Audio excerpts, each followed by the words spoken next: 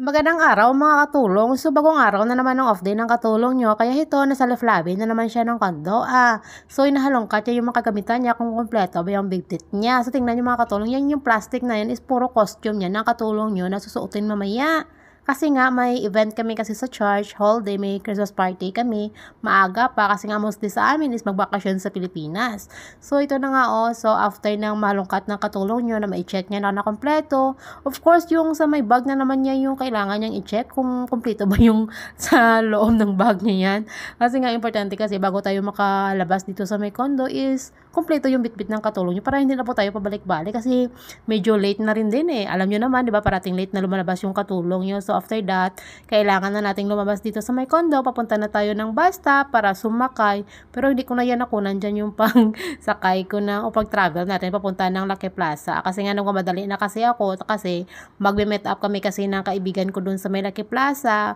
Gusto kasi namin na mag-breakfast kami muna bago ako pupunta dun sa may simbahan. Pero ito na nga, nandito na tayo sa may Lucky Plaza. So, instead na mag-breakfast kami dyan, kasi alam may bibilihin pa yung katulong nyo, kaya hinanap ko muna yung kaibigan ko. And after that, nagtop up lang ako ng data ko kaso wala, natagalan ako kasi nga kailangan pang i-update na dapat i-update sa phone ko kasi nga yung 4G is mawawala na. So instead na mag-breakfast kami ng kaibigan ko, is hindi na lang. So ito na, papunta na ako ng MRT station para sumakay ng train papunta ng simbahan. So sabi ko sa friend ko, siya na lang yung mag-breakfast mag-isa.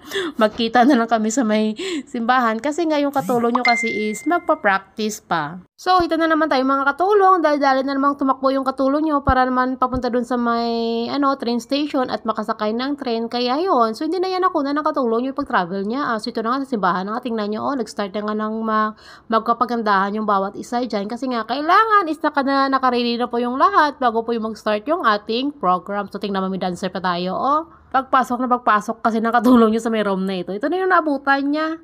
As in, nag-start na sila magpagandahan dyan. Diba? Sana ayaw ko rin din sana. Kaso lang, need talaga na kayo ng katulong nyo, ha? Paminsan-minsan na nga nangyayari. Kaya pagbigyan nyo na lang, kaya tingnan nyo.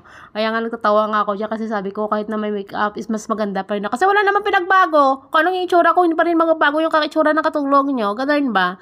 So, ayan. So, after dyan magpagandahan.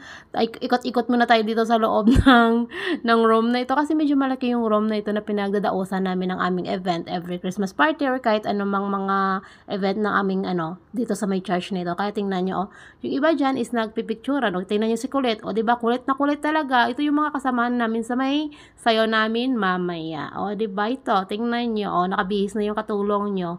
Nag-change na siya ng first outfit niya.